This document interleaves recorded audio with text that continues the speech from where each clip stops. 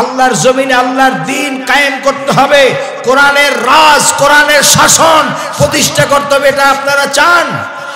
আগামী যে নির্বাচন আসতেছে সেই নির্বাচনে যদি ডাক আসে যে আপনারা কোরআনের পক্ষে রায় দেন, বাংলাদেশে ৩০০ সদস্য আপনারা কোরআনের পক্ষের সদস্য পাঠান, কোরআনের পতাকা, ইসলামের পতাকা বাংলাদেশের পার্লামেন্টে উড্ডীন করা হবে, তখন আপনারা কোরআনের পক্ষে রায় দিবেন? দিবেন? সবাই মনে হয় দেবেন, দিবেন? আমার ভাইরা মুসলমানের মতো জবাব দিবেন। আমি আপনাদেরকে এইবারে জিজ্ঞেস করব, কান খাড়া করে শুনুন। বাংলাদেশের জজ court, high court, supreme court, secretariat, parliament সবকিছু আল্লাহর এই কোরআনের আইন দিয়া পরিচালিত হোক, বাস্তবায়ন করা হোক। এটা কি আপনারা চান? কারা কারা চান? দোয়া তুলে আল্লাহকে দেখান।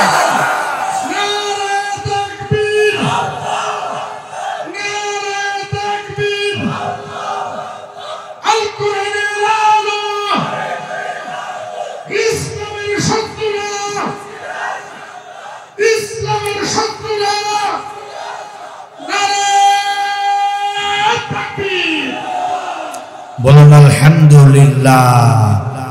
আল্লাহ তাআলা যেন কবুল করে নেন, জোরে বলেন আমিন। সকলে পড়ুন আউযু বিল্লাহি মিনাশ শাইতানির রাজিম, বিসমিল্লাহির রাহমানির রাহিম। সূরা আস-সাফ। কোন সূরা? 10 এবং 11 নং আয়াতে কারিমা আমরা তেলাওয়াত করছি। সকলে আপনারা আমার সাথে পড়ুন, আপনাদেরও সওয়াব হবে। প্রত্যেকটা হরফে হরফে 10টি করে নেকি পাবেন। ইয়া আইয়ুহাল্লাযীনা আমানু হাল আদুল্লুকুম আলা তিজারাতিন তুনজিকুম মিন আযাবিন আলীম তুমিনুনা বিল্লাহি ওয়া রাসূলিহি ওয়া তুজাহিদুনা ফি সাবিলিল্লাহি বিআমওয়ালিকুম ওয়া আনফুসিকুম যালিকুম খায়রুল লাকুম ইন কুনতুম তা'লামুন। সকলে বলেন সাদাকাল্লাহুল আযীম। এই আয়াতে কারিমার তরজমাটা, অর্থটা শুনেন। আল্লাহ তাআলা বলেন, হে ঈমানদারগণ, আমি কি তোমাদেরকে একটা ব্যবসার কথা বলবো, যে ব্যবসাটি করলে তোমরা জাহান্নামের কঠিন শাস্তি থেকে বেঁচে যেতে পারবে? সুবহানাল্লাহ। ব্যবসা করতে পুঁজি লাগে। ব্যবসা করতে কি লাগে? পুঁজি লাগে। আল্লাহ তাআলা এখানে 3টা পুঁজির কথা বলছেন। আল্লাহর সাথে ব্যবসা করতে গেলে পুঁজি লাগবে, 3টা পুঁজি। তুমিনুনা বিল্লাহ, 1 নম্বর পুঁজি হলো আল্লাহর প্রতি ঈমান। আল্লাহর প্রতি কি? 2 নম্বরে হচ্ছে ওয়া রাসূলিহি, রাসূলের প্রতি ঈমান। 3 নম্বরে হচ্ছে ওয়া তুজাহিদুনা ফি সাবিলিল্লাহি বিআমওয়ালিকুম ওয়া আনফুসিকুম। আল্লাহ তাআলা বলছেন 3য় নম্বর পুঁজি হচ্ছে আল্লাহর রাস্তায় জিহাদ করা। আল্লাহর রাস্তায় কি করা? সম্পদ, ধন সম্পদ দিয়ে এবং জীবন দিয়ে। কি দিয়ে? প্রয়োজনে জীবন ব্যয় করে ব্যবসা করা। আল্লাহ তাআলা বলেন যালিকুম খায়রুল লাকুম, এই ব্যবসাটা তোমাদের জন্য কল্যাণকর। ইন কুনতুম তা'লামুন, যদি তোমরা বুঝতে পারো। সুবহানাল্লাহ। আরো আস্তে বলবেন, আরো জোরে বলেন সুবহানাল্লাহ। পিটাতে পিটাতে ভগ্নিপতির চামড়া ছিঁড়ে ফেলে ফেলেছে, রক্তাক্ত হয়ে গেছে। এই দৃশ্য দেখে ওমরের বোন ফাতেমা এসে তার স্বামীকে এরকম প্রোটেকশন করার চেষ্টা করছে। কয়েকটা বাড়ি গিয়ে তার বোনের শরীরেও লেগেছে। নারীর কোমল দেহ ওমরের বোনের শরীরে কয়েকটা আঘাত লাগা মাত্রই চামড়া ফেটে ফেটে যখন রক্ত অঝোর গতিতে বের হওয়া শুরু হয়েছে, ওমর থমকে গেছে যে ব্যাপারটা কি, এত মারা মারছি আমি তাদেরকে, এত পিটান পিটাচ্ছি, কিন্তু তারা কেন আমাকে দেখাচ্ছে না। তখন ওমর একটু নরম হয়েছে, নরম হয়ে বলছে, বোন তোমরা আসলে কি পড়তেছিলে আমাকে একটু দেখাও। হযরতে ওমরের বলছে বোন ফাতেমা বলছে, ভাই তুমি অপবিত্র, তুমি নাজাস, তুমি অপবিত্র, আর কোরআনে কারীম আমরা পড়তেছি, কোরআন হলো মহাপবিত্র জিনিস, সুতরাং অজু গোসল ছাড়া তোমার কাছে দেওয়া যাবে না, তোমাকে দেখানো যাবে না। মন্ত্র মুগ্ধের মতো ওমর দৌড়ে গেছে গোসল করতে। গোসল সেরে এসে বলল যে ফাতেমা, ফাতেমা আমি তো অজু জানি না, অজু কিভাবে করে? তখন বলছে, ভাই ঠিক আছে আমি দেখাই দিচ্ছি। তো অজুটা দেখাই দিলেন ওমরের বোন ফাতেমা, অজুটা দেখাই দিলেন, অজু কিভাবে করতে হয়। অজু দেখানোর পর, অজুটা দেখানোর পরে ওমরের হাতে সূরা তাহা, পাথরে লিখিত সূরা তাহাটা দিলেন। আমাদের মতো তো আর মূর্খ ছিলেন না, হযরত ওমর আরবি ভাষাভাষী মানুষ, আর কোরআনও তো আরবি ভাষা, ঠিক কিনা বলেন। তিনি দেখে দেখে যখন পড়তেছিলেন, তাহা মা আনজালনা আলাইকাল কুরআনা লিতাশকা, এই যে তেলাওয়াত করতেছেন হযরত ওমর, তাহা মা আনজালনা আলাইকাল কুরআনা লিতাশকা, হে নবী, তাহা মানে হে নবী, এই কোরআন আপনার কাছে এই জন্য আমি নাজিল করি না যে আপনি ভাগ্যাহত হবেন, আপনি মার খাবেন, আপনি নির্যাতনের শিকার হবেন, এজন্য আমি কোরআন নাজিল করি না। সুবহানাল্লাহ, সুবহানাল্লাহ, সুবহানাল্লাহ। আমার ভাইরা, এই কোরআন সূরা তাহা হযরতে ওমর নিজের হাতে নিয়ে শিলালিপি খণ্ডে পাথরে লিখিত পড়তে পড়তে পড়তে পড়তে যখন এই পর্যন্ত আসলেন, ইন্নানি আনাল্লাহ লা ইলাহা ইল্লা আনা ফা'বুদনি ওয়া আকিমিস সালাতা লিযিকরি। আল্লাহু আকবার। এই আয়াত পর্যন্ত যখন তেলাওয়াত করতে করতে আসলেন, তিনি তো অর্থ বোঝেন, হযরতে ওমর তিনি তো অর্থ বোঝেন, তিনি একটা চিৎকার মেরে বললেন আল্লাহু আকবার। হযরতে ওমর চিৎকার মেরে উঠলেন আর বললেন, সাঈদ তাড়াতাড়ি করে আমাকে এখন বিশ্ব নবীর কাছে নিয়ে চলো। এর অর্থটা কি? ইন্নানি আনাল্লাহ, নিশ্চয় আমি আল্লাহ, নিশ্চয় আমি আল্লাহ, লা ইলাহা ইল্লা আনা, আমি ছাড়া আর কোনো ইলাহা নাই, কোন আইনদাতা নাই, বিধানদাতা নাই, শাসনকর্তা নাই, ফা'বুদনি, সুতরাং আমার গোলামি কর, ওয়া আকিমিস সালাতা লিযিকরি, আর আমার শরণার্থে নামাজ কায়েম কর। সুবহানাল্লাহ। এই অর্থটা তো ওমর বুঝে ফেলেছেন, বুঝে চিৎকার মেরে উঠলেন, সাঈদ আমাকে তাড়াতাড়ি নিয়ে চল বিশ্ব নবীর কাছে, আমি এখনই মুসলমান হয়ে যাব। সুবহানাল্লাহ। হযরতে রাসূল করিম সাল্লাল্লাহু আলাইহি ওয়াসাল্লাম তিনি হযরতে আকরাম রাদিয়াল্লাহু তাআলা আনহুর বাড়িতে ছিলেন, সাহাবায়ে কেরাম পরিবেষ্টিত অবস্থায়। সাহাবায়ে কেরাম লক্ষ্য করছেন যে ওমর আসতেছে, হাতে আবার তরবারি, থামাই দিলেন, বলে এই থামো, কই যাচ্ছ? আমি যাচ্ছি মুহাম্মদ সাল্লাল্লাহু আলাইহি ওয়াসাল্লামের সাথে দেখা করতে। তুমি মুহাম্মদ সাল্লাল্লাহু আলাইহি ওয়াসাল্লামের সাথে দেখা করবা, হাতে আবার তরবারি, ব্যাপারটা কি? না কোনো সমস্যা নেই। আল্লাহ রসুলের কাছে গিয়ে একজন সাহাবী বললেন, ইয়া রাসূলুল্লাহ, আপনার কাছে আসছে আপনার সাথে দেখা করার জন্য খাত্তাবের পুত্র ওমর আপনার সাথে দেখা করতে চায়। আল্লাহ রসুল তো বললেন, বুঝে ফেলেছেন যে কাজ হয়ে গেছে।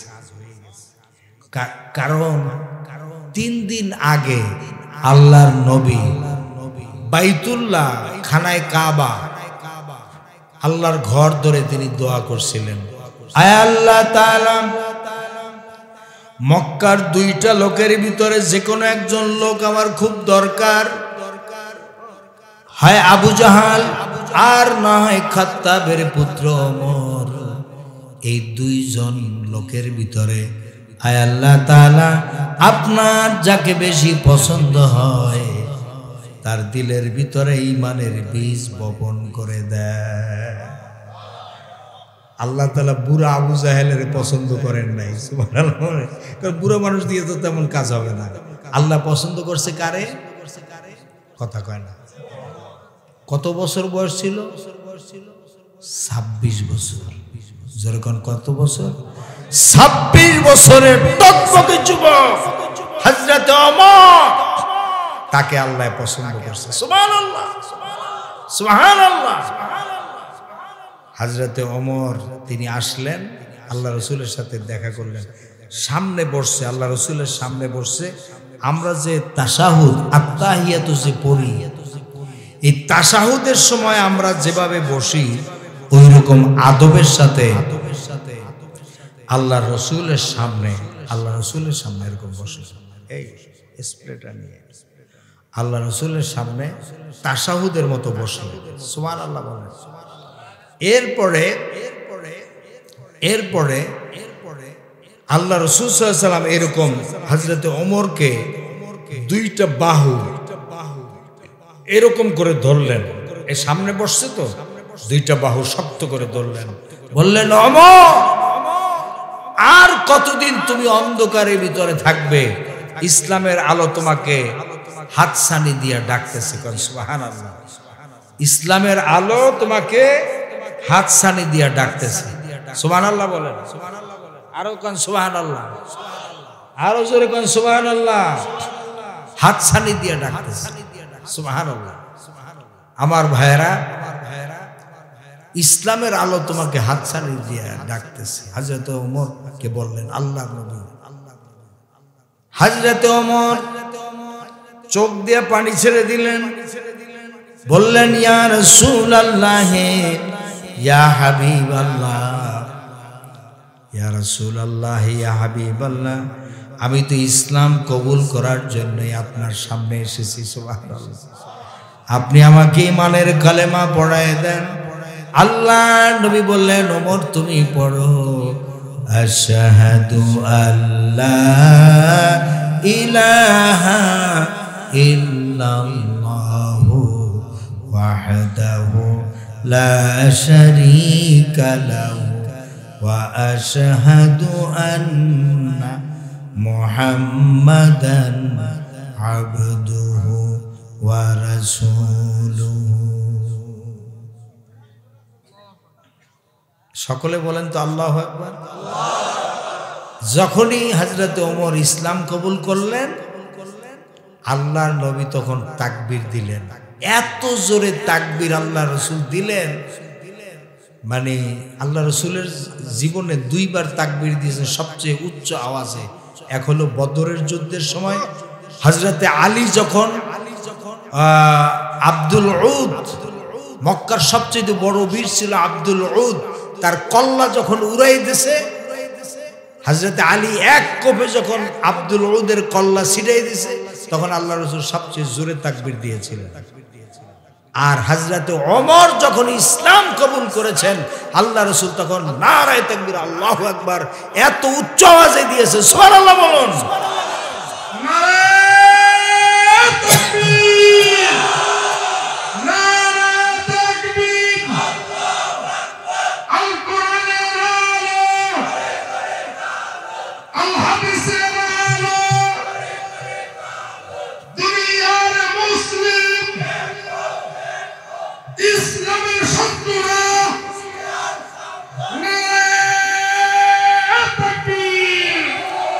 বলুন আলহামদুলিল্লাহ। হযরত ওমর রাদিয়াল্লাহু তাআলা ইসলাম কবুল করলেন। সুবহানাল্লাহ। আল্লাহ রসুলের কাছে জিজ্ঞেস করলেন, ইয়া রাসূলুল্লাহ।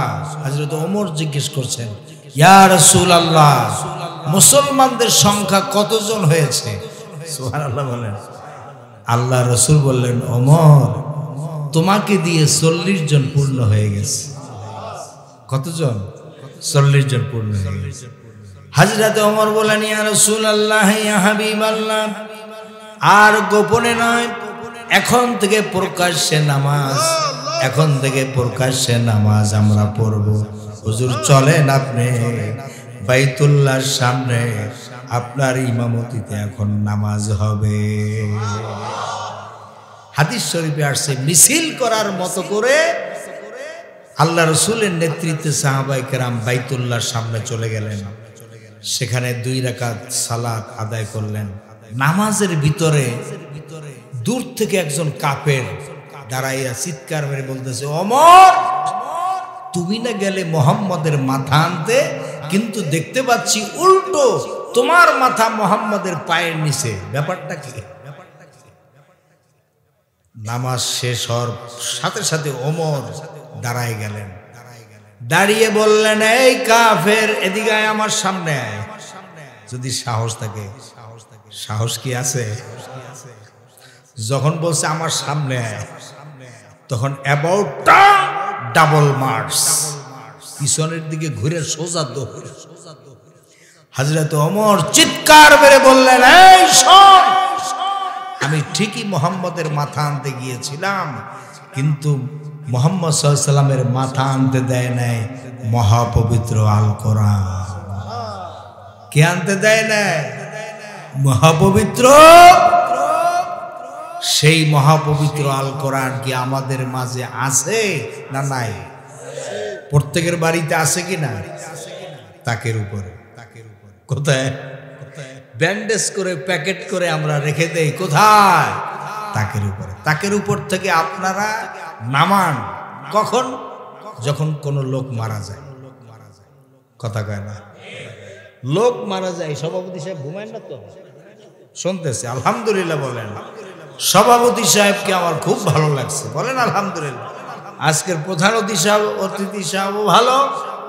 আর অন্য অন্য সময় দেখা যায় প্রধান অতিথি আসে, টনের টাকা দিয়ে চলে যায়, ঠিক কিনা বলে? 2 মিনিটে কাম শেষ।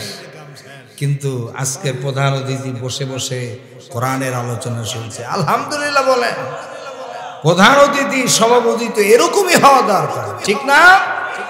আল্লাহ তাআলা তাদের দীর্ঘ নেক হায়াত দান করুন, বলেন আমিন।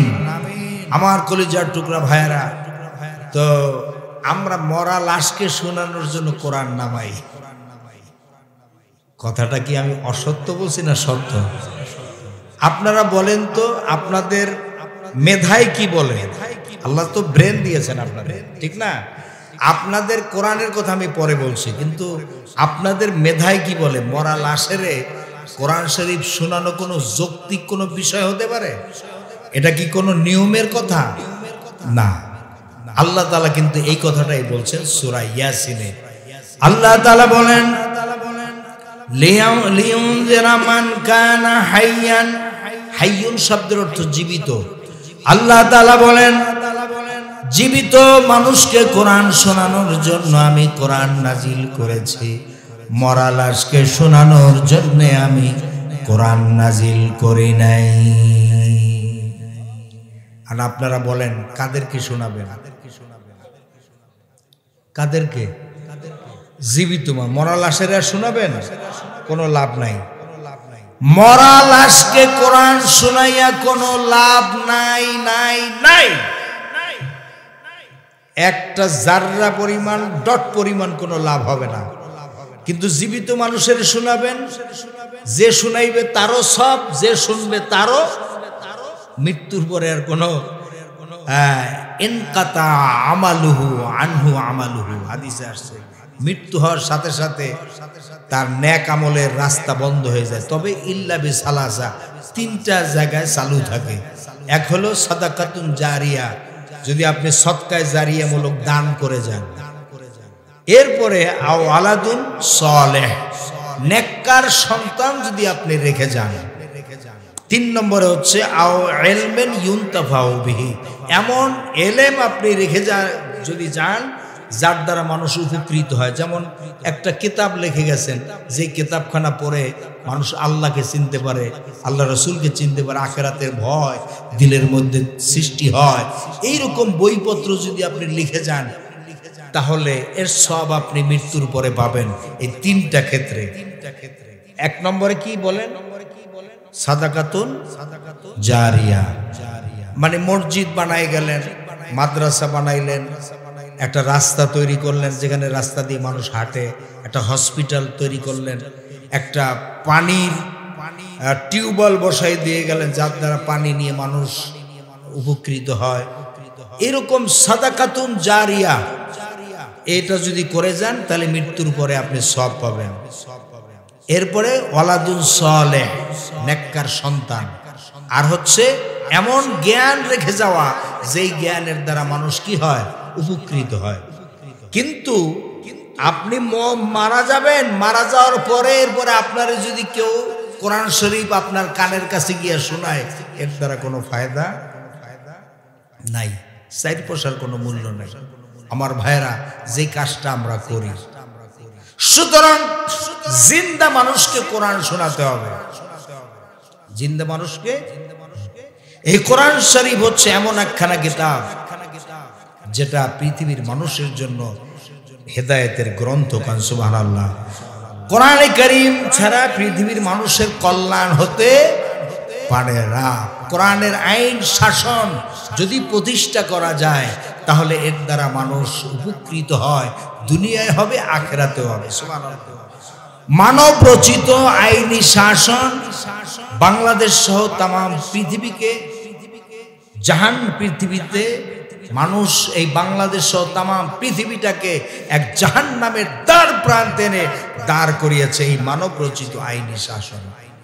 এই মানব রচিত আইনি শাসনের দ্বারা মানুষের কল্যাণ আগেও হয় নাই, বর্তমান হচ্ছে না, ভবিষ্যতেও হবে না। সুতরাং এই কোরআনে কারীমের আইনের শাসন আমাদের দেশে আগামী নির্বাচনের মাধ্যমে প্রতিষ্ঠিত হোক, এটা কি আপনারা চান? সবাই মনে হয় চায় না। না চাইলে কিয়ামতের দিন মামলা খাওয়া লাগবে। কিয়ামতের দিন কি খাওয়া লাগবে? মামলা করবেন বিশ্ব নবী মুহাম্মদ রাসূলুল্লাহ সাল্লাল্লাহু আলাইহি সাল্লাম। সূরা আল ফুরকান, এই 30 পারা কোরআনের ভিতরে একটা সূরা আছে, সূরা ফুরকান। এই সূরা ফুরকানের 30 নম্বর আয়াত আল্লাহ রাব্বুল আলামিন বলেন, وقال الرسول يا ربي إن قومي اتخذوا هذا القرآن مهجورا। বলেন আল্লাহু আকবার। আল্লাহ রাব্বুল আলামিন বলেন, কিয়ামতের দিন আল্লাহর নবী আল্লাহ রাব্বুল আলামিনের আদালতে মামলা দায়ের করবেন এই কথা বলে, ইয়া রাব্বি, আমার রব, ইন্না কওমি ইত্তাখাযু হাযাল কুরআনা মাহজুরা, আমার উম্মতের ভিতরে এই যে লোকগুলি, এরা কোরআন মাহজুরা মানে ছেড়ে দেওয়া, এরা কোরআনের আইন ছেড়ে দিয়া মানুষের তৈরি করা আইনকে গ্রহণ করেছিল। এই কথা বলে আল্লাহর নবী আমাদের বিরুদ্ধে যদি মামলা দায়ের করেন, সেই মামলায় মোকাবেলা করে জান্নাতে যাওয়া যাবে? হুজুরে কি বলেন, যাবে? আল্লাহর রাসূল যদি কারো বিরুদ্ধে মামলা দেয়, সেই মামলায় মোকাবেলা করে জান্নাতে যাওয়া যাবে? ভাই একটু জোরে বলেন, যাবে? যাবে? যাবে না, কখনো কালেও সম্ভব নয়। আল্লাহর রাসূল কাদের বিরুদ্ধে মামলা দিবেন? কি বলে? ইয়া রাব্বি, আমার রব, ইন্না কওমি ইত্তাখাযু হাযাল কুরআনা মাহজুরা, হে আমার রব, আমার উম্মতের ভিতরে এই লোকগুলি এরা কোরআনের আইন ছেড়ে দিয়া মানুষের তৈরি করা আইনকে গ্রহণ করছে। এখন আমরা তো তাই করছি, ঠিক কিনা? এই আমার বুড়া ভাইরা বলেন, যুবকরা বলেন, জওয়ানরা বলেন, কিশোররা বলেন, সবাই বলেন, আমাদের দেশে কি আল্লাহর আইন আছে না মানুষের আইন? এই 53 বছর স্বাধীনতার পরে কি আল্লাহর আইন দিয়ে দেশটা চলছে না মানুষের আইন দিয়ে চলছে? তা এখন মামলা খাওয়া লাগবে কিনা? আল্লাহ রাসূল যদি মামলা দেন আমাদের বিরুদ্ধে, নামাজ একেবারে কোরআন হাতে নিয়ে আমি বলতেছি, আপনার নামাজ, রোজা, হজ, যাকাত কিছুতে আপনাকে জান্নাতে নিতে পারবে না। আল্লাহর রাসূল যদি আপনাকে মামলা দেন, নামাজ, রোজা, হজ, যাকাত করে আপনি জান্নাতে যেতে পারবেন না। তো যদি মামলা থেকে বাঁচতে হয় তাহলে কোরআনের আইন বাস্তবায়ন করা লাগবে কি লাগবে না? সবাই বুঝতে বলবেন, না বুঝতে বলার দরকার নাই। আপনার নামাজ, রোজা, হজ, যাকাত দিয়ে জান্নাতে যেতে পারবেন না ততক্ষণ পর্যন্ত যতক্ষণ পর্যন্ত আপনি কোরআনের আইন আল্লাহর জমিনে বাস্তবায়ন করার জন্য চেষ্টা না করবেন। করতেই হবে এইটা কিন্তু আল্লাহ বলেন, আল্লাহ বলছে যে চেষ্টা করো। কি করো? আন আকিমুদ্দিন, দিন প্রতিষ্ঠা করা হলো সব ফরজের বড় ফরজ। কোন সুবহানাল্লাহ। সুতরাং আপনারা কি মনে করেন এখন আল্লাহর জমিনে এই জমিনটা কার? সবাই জবাব দেয় না। পিছনের ভাইরা মনে করে জমিনটা হরিচরণের। নাইলে জবাব দিচ্ছে না কেন? পিছনের ভাইরা একটু জোরে বলেন তো, এই জমিনটা কার? ডান সাইডের ভাইরা বলেন জমিনটা কার? বাম সাইডের ভাইরা বলেন জমিনটা কার? সামনের ভাইরা বলেন জমিনটা কার? আকাশ কার? চন্দ্র কার? সূর্য কার? মানুষ কার? আইন চলবে কার? আলা লাহুল খালকু ওয়াল আমর, his is the creation and the command. সৃষ্টি যার, আইন চলবে। এটা আপনারা বিশ্বাস করেন? না করলে তো মামলা খাবেনি। আমার দায়িত্ব হচ্ছে ওমা আলাইনা ইল্লাল বালাগ, এই কোরআনের কথাগুলো আপনাদের সামনে পৌঁছায় দেওয়া। এটার দায়িত্ব হচ্ছে আমার। মানা না মানা এটা আপনার। আল্লাহর জমিনে আল্লাহর দ্বীন কায়েম করতে হবে, কোরআনের রাজ, কোরআনের শাসন প্রতিষ্ঠা করতে হবে। এটা আপনারা চান? আগামী যে নির্বাচন আসতেছে সেই নির্বাচনে যদি ডাক আসে যে আপনারা কোরআনের পক্ষে রায় দেন, বাংলাদেশে 300 সদস্য আপনারা কোরআনের পক্ষের সদস্য পাঠান, কোরআনের পতাকা, ইসলামের পতাকা বাংলাদেশের পার্লামেন্টে উড্ডীন করা হবে, তখন আপনারা কোরআনের পক্ষে রায় দিবেন? দিবেন? সবাই মনে হয় দিবেন। দিবেন? আমার ভাইরা মুসলমানের মতো জবাব দিবেন। আমি আপনাদেরকে এইবারে জিজ্ঞেস করব, কান খাড়া করে শুনুন। বাংলাদেশের জজ court, high court, supreme court, secretariat, parliament সবকিছু আল্লাহর এই কোরআনের আইন দিয়া পরিচালিত হোক, বাস্তবায়ন করা হোক। এটা কি আপনারা চান? কারা কারা চান? দোয়া তুলে আল্লাহকে দেখান।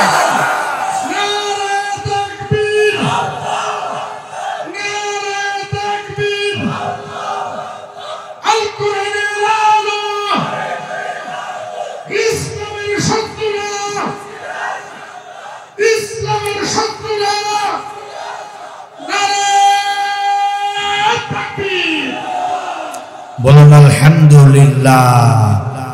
আল্লাহ তাআলা যেন কবুল করে নেন। জোরে বলেন আমিন। সকলে পড়ুন আউযু বিল্লাহি মিনাশ শাইতানির রাজিম, বিসমিল্লাহির রাহমানির রাহিম। সূরা আস-সাফ। কোন সূরা? 10 এবং 11 নং আয়াতে কারিমা আমরা তেলাওয়াত করছি। সকলে আপনারা আমার সাথে পড়ুন, আপনাদেরও সওয়াব হবে। প্রত্যেকটা হরফে হরফে 10টি করে নেকি পাবেন। ইয়া আইয়ুহাল্লাযীনা আমানু হাল আদুল্লুকুম আলা তিজারাতিন তুনজিকুম মিন আযাবিন আলীম, তু'মিনুনা বিল্লাহি ওয়া রাসূলিহি ওয়া তুজাহিদুনা ফি সাবিলিল্লাহি বিআমওয়ালিকুম ওয়া আনফুসিকুম, যালিকুম খায়রুল লাকুম ইন কুনতুম تعلمون সকল বলেন সাদাকাল্লাহুল আযীম। এই আয়াতে কারিমার তরজমাটা অর্থটা শুনেন। আল্লাহ তাআলা বলেন, হে ঈমানদারগণ, আমি কি তোমাদেরকে একটা ব্যবসার কথা বলবো, যে ব্যবসাটি করলে তোমরা জাহান্নামের কঠিন শাস্তি থেকে বেঁচে যেতে পারবে। সুবহানাল্লাহ। ব্যবসা করতে পুঁজি লাগে। ব্যবসা করতে কি লাগে? পুঁজি লাগে। আল্লাহ তাআলা এখানে তিনটা পুঁজির কথা বলছেন। আল্লাহর সাথে ব্যবসা করতে গেলে পুঁজি লাগবে, তিনটা পুঁজি। তুমিনুনা বিল্লাহ, এক নম্বর পুঁজি হলো আল্লাহর প্রতি ঈমান। আল্লাহর প্রতি কি? দুই নম্বরে হচ্ছে ওয়া রাসূলিহি, রাসূলের প্রতি ঈমান। তিন নম্বর হচ্ছে ওয়া তুজাহিদুনা ফি সাবিলিল্লাহি বিআমওয়ালিকুম ওয়া আনফুসিকুম। আল্লাহ তাআলা বলছেন তৃতীয় নম্বর পুঁজি হচ্ছে আল্লাহর রাস্তায় জিহাদ করা। আল্লাহর রাস্তায় কি করা? সম্পদ, ধন সম্পদ দিয়ে এবং জীবন দিয়ে। কি দিয়ে? প্রয়োজনে জীবন ব্যয় করে ব্যবসা করা। আল্লাহ তাআলা বলেন যালিকুম খায়রুল লাকুম, এই ব্যবসাটা তোমাদের জন্য কল্যাণকর। ইন কুনতুম তা'লামুন, যদি তোমরা বুঝতে পারো। সুবহানাল্লাহ। আরো আস্তে বলবেন, আরো জোরে বলেন সুবহানাল্লাহ। তা আপনারা এখানে যারা আছেন তাদের কাছে আমার প্রশ্ন, আল্লাহ তাআলা তিনটি পুঁজির কথা বলেছেন। আল্লাহর সাথে ব্যবসা করতে গেলে আপনাদের তিনটি পুঁজি লাগবে। এক নম্বর পুঁজির কথা আল্লাহ তাআলা বলেছেন কি? পিছনের ভাইরা বলেন তো, এক নম্বর পুঁজি কি? ঈমান বিল্লাহ। মাশাআল্লাহ, বলতে পেরেছেন। এরপরে আমার মাঝখানের ভাইরা বলবেন দুই নম্বরের পুঁজির কথা আল্লাহ বলছেন কি? রাসূলের প্রতি ঈমান। এবারে সামনের ভাইরা বলেন তো তিন নম্বর পুঁজিটা কি? জিহাদ ফি সাবিলিল্লাহ। এই তিনটি পুঁজি নিয়ে যদি আল্লাহর সাথে আমরা ব্যবসা করতে পারি তাহলে এটা আমাদের জন্য কি হবে? কল্যাণকর হবে, যদি আমরা বুঝতে পারি। এরপরে আয়াতে আল্লাহ তাআলা বলছেন যালিকুম ইয়াগফির লাকুম যুনুবাকুম ওয়া ইউদখিলকুম জান্নাতিন তাজরি মিন তাহতিহাল আনহার। যদি এই ব্যবসাটা তোমরা করো তাহলে আল্লাহ তাআলা তোমাদের জীবনের সমস্ত গুনাহ মাফ করে দিবেন। ইয়াগফির লাকুম মানে ক্ষমা করে দিবেন, যুনুবাকুম তোমাদের পাপ, তোমাদের পাপ আল্লাহ কি করবেন? মাফ করে দিবেন। ওয়া ইউদখিলকুম জান্নাতিন তাজরি মিন তাহতিহাল আনহার, আর যেই এমন জান্নাতে তোমাদেরকে প্রবেশ করাবেন যেই জান্নাতের তলদেশ দিয়ে নহর সমূহ প্রবাহিত। সুবহানাল্লাহ বলেন। তার মানে আল্লাহ তাআলা এই ব্যবসাটা করলে অনেক ফায়দা। আল্লাহ বলছেন তোমাদের জন্য কল্যাণকর, যদি তোমরা বুঝতে পারো তোমাদের জীবনের গুনাহ মাফ করে দেওয়া হবে এবং তোমাদেরকে জান্নাতে প্রবেশ করানো হবে। এখন তিনটা পুঁজির কথা এখানে বলা হয়েছে। তিনটা পুঁজি সম্পর্কে আলোচনা করা যাবে না, এটা 3 দিন আলোচনা করার দাবি রাখে। 3টা দিন যদি ধারাবাহিক তাফসীর করা যায় তাহলে এই 3টা পুঁজি নিয়ে আপনাদের সামনে আলোচনা করা যাবে। তবে একটা পুঁজি শুধু তুমিনুনা বিল্লাহ, আল্লাহর প্রতি ঈমান, এই বিষয়ের উপরে কিছু কথা বলি আপনাদের সামনে। আপনাদেরকে নিয়ে আমি মোনাজাত দিব ইনশাআল্লাহ। এক নম্বর হচ্ছে আল্লাহর প্রতি ঈমান। তাফসীর থেকে আমি শোনাচ্ছি। এখন আপনারা যদি বলেন আল্লাহর প্রতি ঈমান এনেছি, এতটুকুন কথা বললেই ঈমান আনা হয় না। আল্লাহর প্রতি ঈমান এই কথাটা বলতে গেলে আপনাকে 4টা জিনিস এর সাথে সংশ্লিষ্ট